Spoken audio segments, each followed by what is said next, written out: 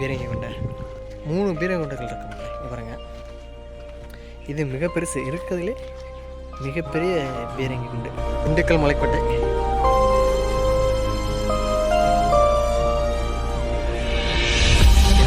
ஒரு ஆள் மட்டும் உள்ள சிறிய அறை. ஹாய் மக்களே, welcome back to my channel. நான் உங்கள் டிடிஎஸ் பேசுகிறேன். இன்றைக்கி நம்ம எங்கே வந்திருக்கணும்? திண்டுக்கல் மலைக்கோட்டைக்கு தான் மக்களே வந்திருக்கோம். இந்த திண்டுக்கல் மலைக்கோட்டை பல்வேறு வரலாற்று சிறப்புமிக்க நிறைய வரலாற்று பொக்கிஷங்கள் இந்த கோட்டையில் நிறைய இருக்குது.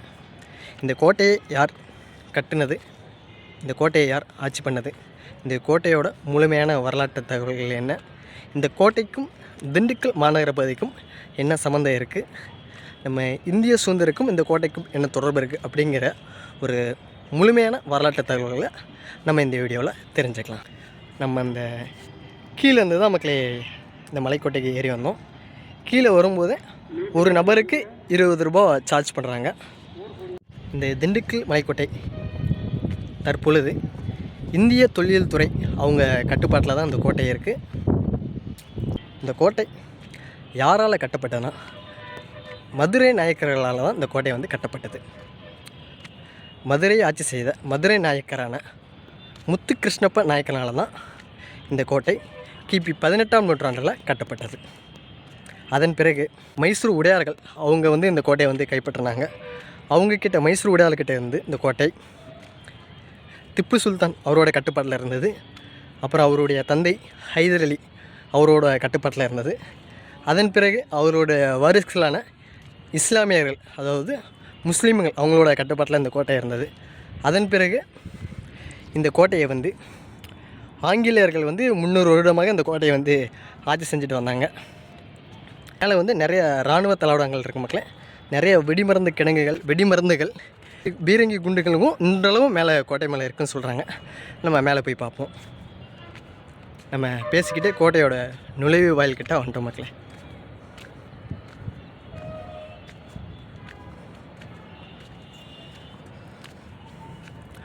இதுதான் திண்டுக்கல் மலைக்கோட்டையோட நுழைவு வாயில். இன்றளவும் அந்த கதவு இருக்குது பாருங்களேன், எவ்வளோ பெரிய கதவும் பாருங்கள், ரொம்ப பெருசு மக்களே. சுமார் ஒரு 2 ஆள் ஹைட் இருக்கும். அவ்வளோ எளிதாக அந்த கதவை வந்து தவிர்க்க முடியாது. நம்ம தள்ளுறதுக்கே ஒரு குறைந்தது ஒரு 10 நபர் உதவினாச்சு தேவைப்படும். இந்த கோட்டையோட சுவர்களை பாருங்களேன், கருங்கற்களை பயன்படுத்தி இந்த கோட்டையை வந்து கட்டியிருக்காங்க. பீரங்கி குண்டுகளை வைத்து தகர்த்தாலும் இந்த கோட்டையை வந்து தவிர்க்க முடியாது. அந்தளவு ஸ்ட்ரென்த்தாக கட்டியிருக்காங்க இந்த கோட்டை. இந்த சுவர் முழுவதுமே கருங்கற்கள்லாம் மக்களை பயன்படுத்தியிருக்காங்க கோட்டையிற்கு. இந்த கோட்டையோட கதவை பாருங்கள், இது மட்டுமே சுமார் ஒரு 10 அடி 15 அடி உயரம் இருக்குது மக்களே. 2 கதவுகள் இருக்குது இந்த கோட்டைக்கு. செம்ம ஸ்ட்ராங்கு மக்களே. ஒரு நாட்டு தேக்கு மரத்தால் தான் இந்த இது செஞ்சுருக்காங்க. செம்ம ஸ்ட்ராங்காக இருக்கும். நம்ம கோட்டைக்குள்ளே உள்ளே போகலாம். கோட்டைக்குள்ளே வந்தோடனே இதோட முதல் இடம் இப்படித்தான் மக்கள் இருக்குது. இந்த என்ட்ரன்ஸில் ஒரு மரம் ஒன்று இருக்குது. அப்படி நம்ம இந்த சைடு பார்த்தோம்னா சிறிய அறை மாதிரி இருக்குது மக்கள். ஒரு ஆள் மட்டும் உள்ளே நிற்கிற மாதிரி சிறிய அறை ஒன்று இருக்குது. இது எதற்குன்னா இந்த கோட்டையோட படை வீரர்கள் இந்த இடத்துல தான் இருப்பாங்க. ஏன்னா எதிர்நாட்டு வீரர்கள் இந்த வழியாக வரும்போது நம்ம இந்த இடத்துல இருந்து அவங்கள ஈஸியாக அட்டாக் பண்ணலாம்ல. இதே மாதிரி அங்கே ஒரு சின்ன ஒரு ரூம் மாதிரி ஒன்று இருக்குது. சரி வாங்க நம்ம அப்படியே கோட்டைக்குள்ளே போய் சுற்றி பார்ப்போம்.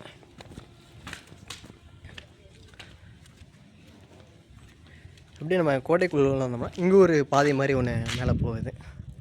பாருங்களேன், என்ட்ரன்ஸில் ஒரு அழகான மரம் ஒன்று இருக்குது. இதுதான் மக்களே அந்த கோட்டைக்குள்ளே போகிற வழி. நம்ம இந்த இடத்துக்கு போய் பார்ப்போம் என்ன இருக்குன்னு. இங்கே ஒரு வழி மாதிரி ஒன்று போகுது. இது எங்கே போகுதுன்னா நம்ம போய் பார்ப்போம். இது இந்த கோட்டையோட மேற்பகுதிக்கு நம்மளை கூட்டிகிட்டு போகுது மக்களே.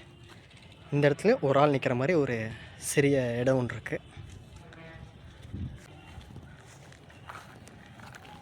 இங்கே பார்த்தீங்களா,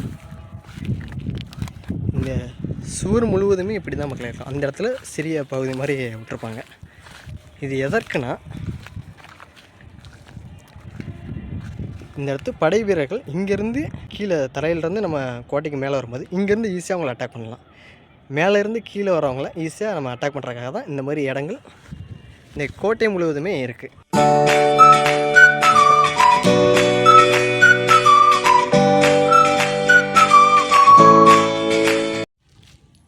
இதுதான் மக்களே கோட்டையோட இரண்டாவது நுழைவு வாயில். அப்படியே நம்ம உள்ளே வந்தோம்னா இங்கே ஒரு சுரங்கப்பாதை மாதிரி ஒன்று போகுது மக்களே.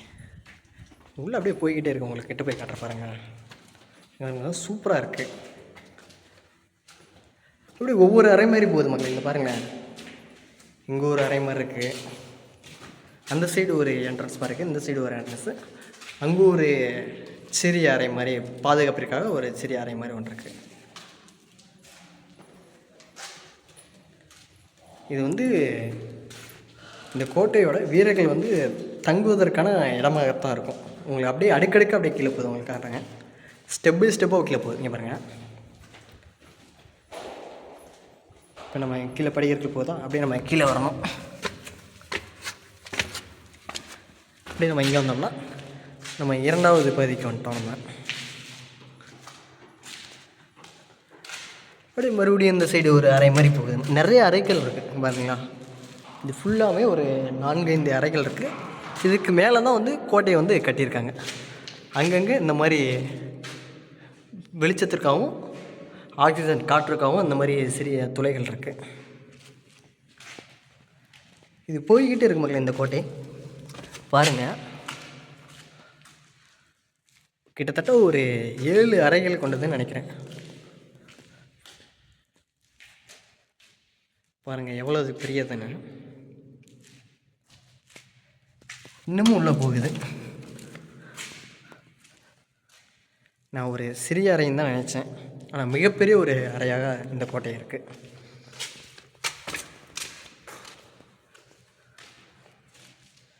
பாருங்கள்,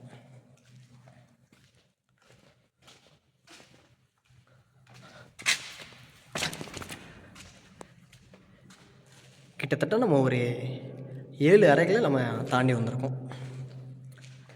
அது அங்கே மேலே கோட்டைக்கு போகிற வழி. சரி வாங்க நம்ம மேலே போய் பார்ப்போம். மிகப்பெரிய அறை மக்களே. குறைந்தது ஒரு அறையில் மட்டுமே குறைந்தது ஒரு 300 நபர்கள் தங்கலாம். 300 பாதுகாவலர்கள் இந்த இடத்துல தங்கலாம். நீங்கள் 7 அறைக்கு கனெக்ட் பண்ணி பாருங்கள். கிட்டத்தட்ட இங்கே மட்டுமே ஒரு 2000க்கும் மேற்பட்ட இராணுவ வீரர்கள் அல்லது படை வீரர்கள் இந்த இடத்துல தங்குற மாதிரி வசதி இருக்குது மக்களே.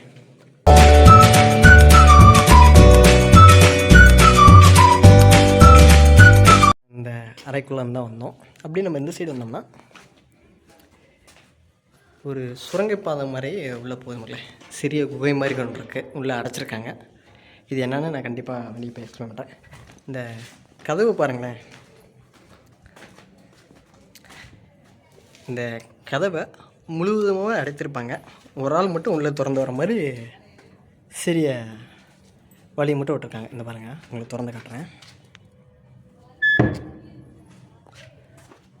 ஒரு ஆள் மட்டும் உள்ளே வந்து போகலாம், அந்த மாதிரி செஞ்சு வச்சுருக்காங்க. சூப்பராக இருக்குது. சரி வாங்க, நம்ம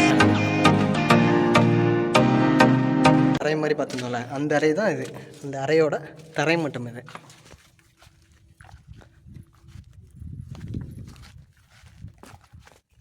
இங்கே ஒரு பாதை மாதிரி ஒன்று போகுது. இதுதான் மக்களே. எந்த சைடு வந்தாலும் நம்ம இந்த அறைக்குள்ளே நம்ம போகலாம். உங்களுக்கு நான் கதவை பூட்டி காட்டுறேன் பாருங்கள். அதை பூட்டி காட்டுறேன் பாருங்கள்.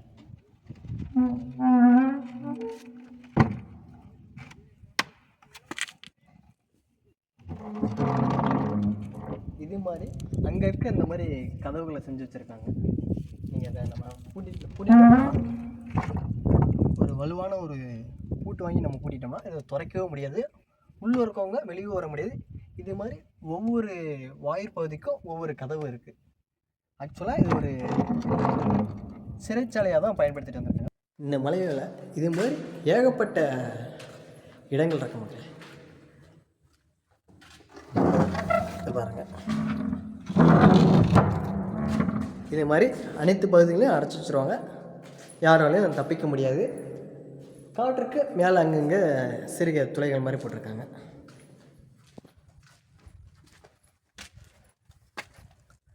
பார்த்தீங்களா, நம்ம அங்கே உள்ளே போனோம். அப்படியே நம்ம இங்கே வந்து நம்ம இந்த சைடு எப்படியே வெளியே வந்துட்டோம்.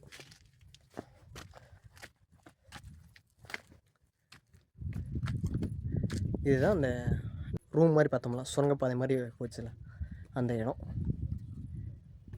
ஒரு சிறைச்சாலை அல்லது படை வீரர்கள் தங்கும் இடமாகத்தான் இந்த இடம் இருக்கும். கண்டிப்பாக குழப்பிடும் மக்கள். புதுசாக வரவங்க கண்டிப்பாக இந்த இடத்த பார்த்திங்கனாவே கண்டிப்பாக குழம்பிடுவீங்க. அங்கே ஒரு சிறிய சுரங்கம் மாதிரி ஒன்று இருக்குது. நம்ம ரூம் மாதிரி ஒன்று இருக்குது. சிறிய அளவிலான ஒரு அறை.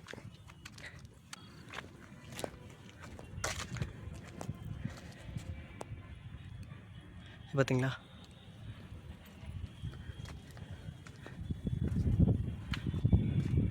இது சமையலுக்காக பயன்படுத்தப்பட்ட ஒரு அறையாக தான் இருக்கும் கண்டிப்பாக. ஏன்னா இங்கே இருக்க சிறைவாசிகள் படை வீரர்களுக்கு கண்டிப்பாக உணவு தேவை வேணும்ல. அவங்க உணவு தேவைக்காக கட்டப்பட்ட ஒரு சமையற்கூடம் தான் இந்த அறை. உள்ளே போய் என்ன இருக்குது பார்ப்போமா? சரி வாங்க போகலாம்.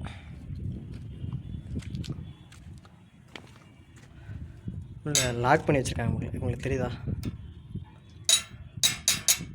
நம்ம அந்த சைடு போய் பின்னாடி வழியாக போய் பார்ப்போம்.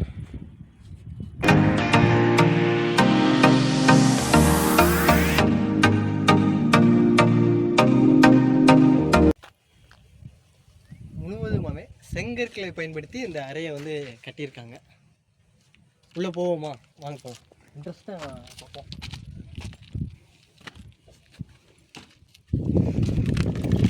கண்டிப்பாக 100க்கு 100% இந்த இடம் வந்து ஒரு சமையல் கூடமாக தான் பயன்படுத்திருக்காங்க. இப்போ பார்த்தீங்கன்னா பாத்திரம்லாம் வைக்கிறதுக்கு இடம், அடுப்பு வைக்கிறதுக்கு இடம்லாம் இருக்குது. மேலே உங்களுக்கு பாருங்களேன், இந்த கறி பிடிச்சிருக்கு மேலே. உங்களுக்கு தெரியும்னு நினைக்கிறேன். சமைச்சனால தான் இந்த மாதிரி கறி பிடிக்கும். நம்ம அப்படியே இந்த அறையிலேருந்து வெளியே வந்துட்டோம் மக்களே. இதை பாருங்கள், நீங்கள் பார்த்தோன்னே கண்டுபிடிச்சிடலாம் இது ஒரு சமையல் கூடம் தான். நீங்கள் 100க்கு 100% அடித்து கூறலாம். இப்படி இந்த சைடு வந்தோம்னா அங்கே ஒரு கிடங்கு மாதிரி ஒன்று இருக்குது. அங்கே ஒரு கிடங்கு, அங்கே ஒரு கிடங்கு, அப்படிங்க கிட்டத்தட்ட இந்த மலையை சுற்றியுமே நிறையா அறைகள் இருக்குங்க. நிறைய கிடங்கு இருக்குது. பல கிடங்குகள் சேதாரம் அடைஞ்சிருக்கு. இதுக்கு பின்னாடி ஒரு சின்ன ஒரு அறை மாதிரி ஒன்று இருக்குது. உங்களுக்கு அதையும் காட்டுறாங்களேன். நம்ம இந்த அறையில் இருந்தோம். இதுக்கு பின்னாடி ஒரு கிடங்கு மாதிரி ஒன்று இருக்குது. பார்த்துங்க, அங்கே ஒரு கிடங்கு பார்த்தோமா மேலே, அது கீழே ஒரு கிடங்கு பார்த்தோமா, இந்த சைடு ஒரு கிடங்கு பார்த்தோமா. இப்போ நம்ம இந்த சைடு வந்தோம்னா இங்கிட்டும் ஒரு கிடங்கு ஒன்று இருக்குது. நிறைய கிடங்குகள் இருக்குது மக்களே. ஒன்றல்ல இரண்டல்ல, சுமார் ஒரு 20க்கும் மேற்பட்ட அறைகள் இந்த இடத்துல இருக்குது. இந்த அறைக்கு மேலே போவோமா? மேலே போய் என்ன இருக்குன்னு போய் பார்ப்போம் மக்களே. வாங்க போகலாம்.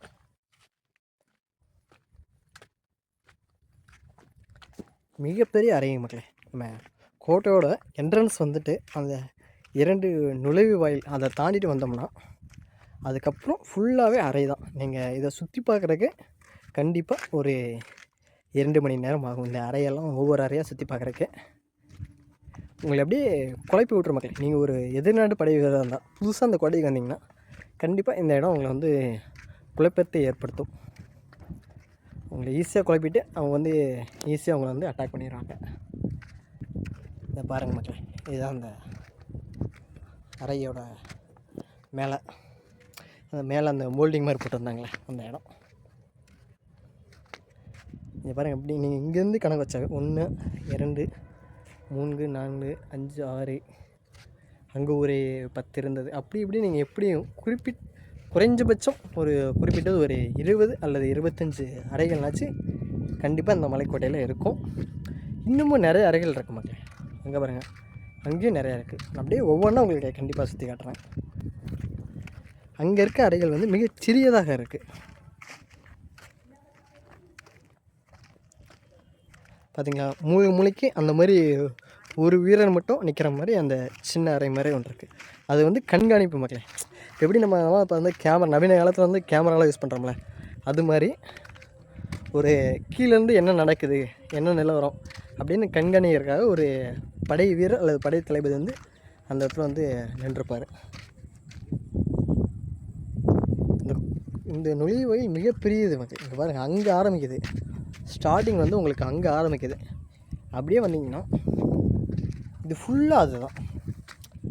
இது வந்து எதுக்குன்னா இந்த காற்றுக்காக தான் மக்கள். கண்டிப்பாக கீழே இருக்கவங்களுக்கு வந்து காற்று தேவையில்லை, ஆக்சிஜன் இருந்தால் தான் அவங்க உயிர் வாழ முடியும். அதுக்காக அந்தந்த சின்ன சின்ன ஹோல்ஸ் மாதிரி போட்டு வச்சுருக்காங்க. நம்ம அங்கேருந்து தான் மக்களே வந்தோம். இப்போ நம்ம வந்து இந்த சைடு ஒரு வழி மாதிரி போகுது. இப்போ நம்ம அங்கே தான் போயிட்டுருக்கோம்.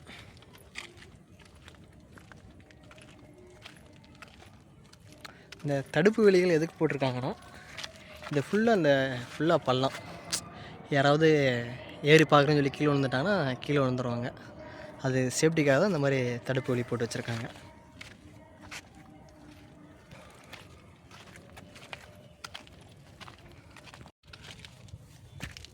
அங்கே அப்படியே ஏறும். நம்ம அப்படியே இங்கே சைடு இருந்தோம்னா இங்கே ஒரு பாதை மாதிரி ஒன்று போகுது. இது என்னென்னு போய் பார்ப்போமா?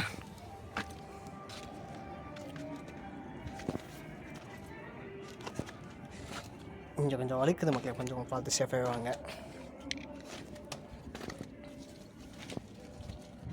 இங்கே பார்த்தீங்களா, இங்கே ஒரு அறை.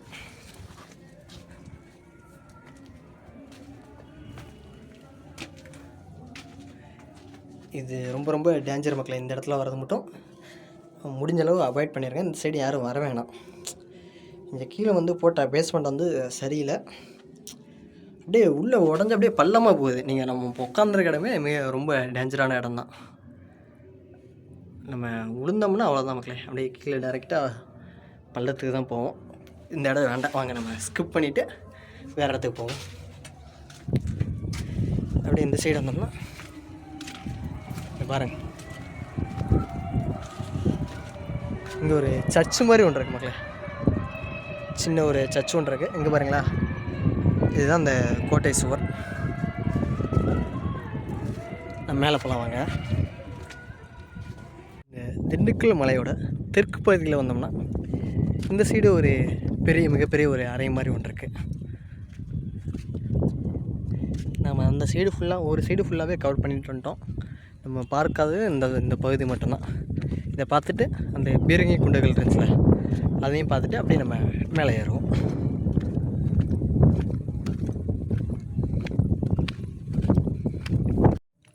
இதுவும் ஒரு சமையற்கூட மாதிரி தான் மக்கள் இருக்குது. கைதிகளுக்கு உணவளிக்கிற ஒரு இடம் மாதிரி தான் இதுவும் இருக்குது. லாக் பண்ணி வச்சுருக்காங்க. அலை மேலே மிகப்பெரிய ஒரு ஆலமரம் ஒன்று இருக்குது, அரச மரம்.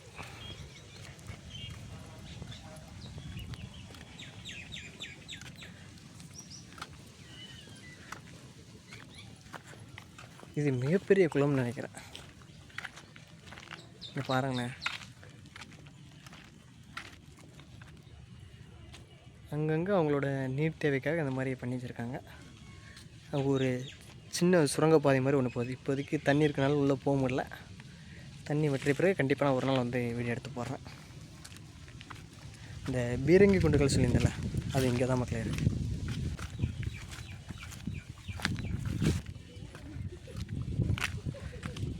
இங்கே பாருங்களேன், பீரங்கி குண்டை.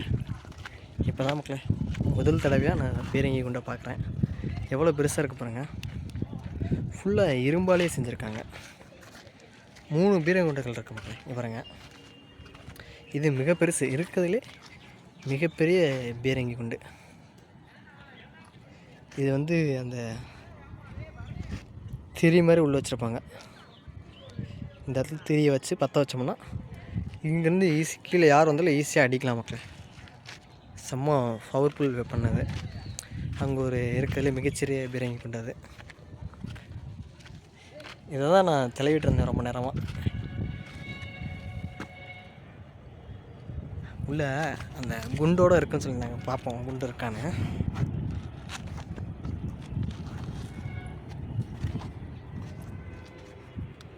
பார்த்தீங்களா, உள்ளே குண்டு இருக்குது மக்களே, பீரங்கி குண்டு.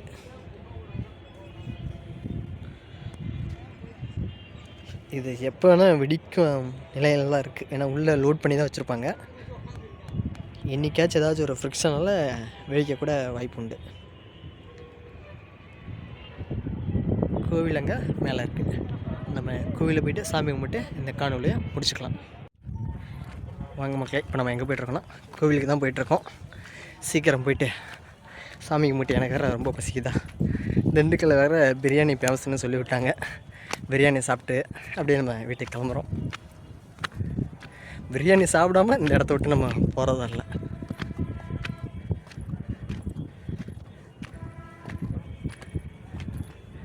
இது படி ரொம்ப செங்குத்தாக இருக்கு மகளே, எப்பா ஏற முடியல.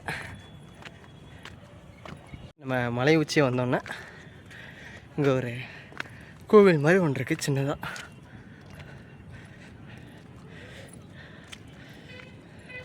திண்டுக்கல் மலைக்கோட்டை முழுவதுமாக உங்களுக்கு சுற்றி காமிச்சிட்டு ஒரு இடம் கூட நான் விடலை. அது கிட்ட போகிறது ரொம்ப டேஞ்சர். குச்சி வச்சு தடுத்து வச்சுருக்காங்க. எப்போ வேணாலும் அந்த இடம் சரியலாம்.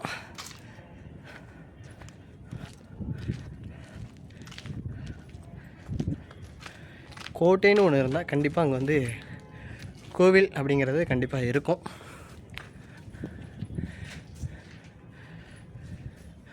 இந்த கோவில் சுரங்கம் போன்ற அமைப்பில் தான் மக்கள் இருக்குது. இந்த கோயில் நடை திறக்கவில்லை நினைக்கிறேன். ஏன்னா பூட்டுப்பட்டு பல வருஷம் இருக்கும். உள்ளே ஏதாச்சும் சிதலம் அடைஞ்சிருக்கும். அதனால தான் இந்த இதை திறக்காமல் வச்சுருக்காங்க. அப்படி நான் உங்களுக்கு கோயிலுக்கு சுற்றி காமிக்கிறேன் பாருங்கள்.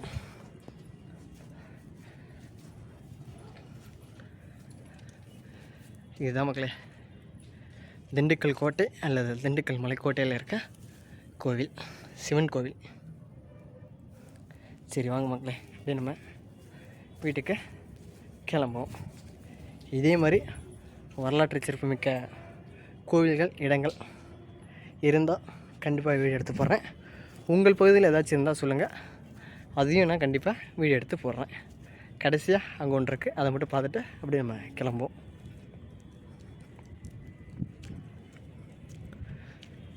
ஃபுல்லாக கருங்கற்கள் தான் மக்களே. இங்கே பார்த்தீங்கன்னா மேலே செங்கற்கள், கீழே ஃபுல்லாக கருங்கற்கள் தான் பயன்படுத்தியிருக்காங்க. இது இந்த கோட்டையோட கல் மண்டபம். உள்ளே வழி போகுதோ, இருங்க பார்ப்போம். வழி திறந்திருந்தா உள்ளே போவோம். இல்லை, லாக் பண்ணி தான் வச்சுருக்காங்க. இது இந்த கல் மண்டபம். கோயிலுக்கு பின்னாடி வந்தோம்னா இங்கே ஒரு கல் மண்டபம், அங்கே சிறிய ஒரு கல் மண்டபம். ஓகே மக்களே, இதே மாதிரி இன்னொரு வீடியோவில் பார்க்கலாம். வீடியோ பார்க்குற எல்லாருக்குமே நன்றி மக்களே. நம்ம சேனல் 1000 சப்ஸ்கிரைபரை வந்து எட்டியாச்சு. இது மானிட்டேஷன் ஆகிருச்சு. உங்களோட ஆதரவால் நம்ம சேனலும் கொஞ்சம் கொஞ்சமாக வளர்ந்துட்டு வருது மக்களே. உங்கள் எல்லோருக்கும் ரொம்ப நன்றி. இறைவன் அருள் அனைவருக்கும் கிடைக்கட்டும் மக்களே.